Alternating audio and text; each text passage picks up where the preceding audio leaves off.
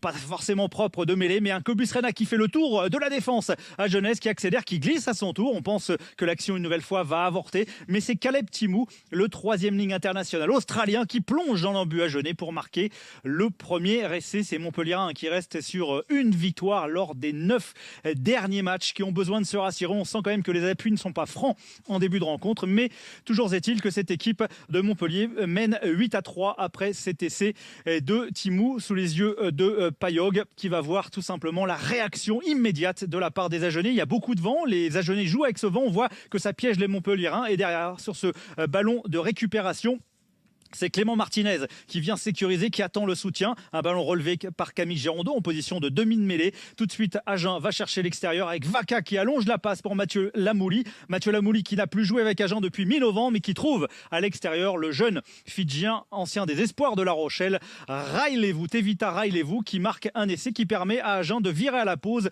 13-8. Une pause pendant laquelle Philippe Saint-André est ressorti vite des vestiaires, pendant laquelle également Ouedraogo donne de la voix pour booster ses coéquipiers.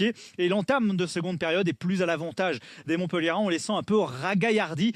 Montpellier qui va surtout profiter des ballons de turnover, avec ici un ballon de Serfontaine pour Cobus Renac.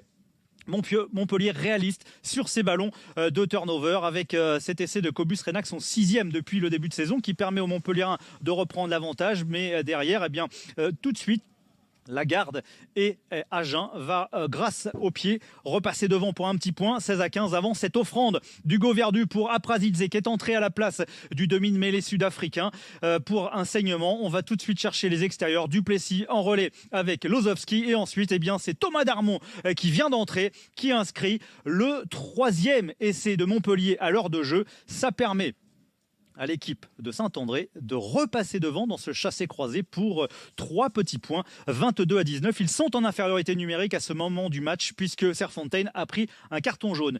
Mais Agen n'a pas joué pendant un mois, et ça va se sentir au niveau de l'intensité. Ils vont craquer physiquement en fin de match, avec notamment Tisseron ici qui profite d'un bon jeu au pied de Gabriel Ngandébé. Un petit ballon par-dessus avec un rebond dont il profite. Julien Tisseron, l'ancien Bayonnais, titulaire aujourd'hui, puisque Imelman est blessé à l'arrière, et il va bien en profiter, Julien Tisseron, pour sa première titularisation depuis le 6 janvier, pour aller conforter tout simplement le bonus offensif de cette équipe de Montpellier, qui inscrit au total 5 essais et qui s'impose 39-19. Une équipe de Montpellier qui vient chercher tout simplement le bonus offensif, les larmes de Julien Tisseron qui en disent long tout simplement, et qui prouvent combien Montpellier est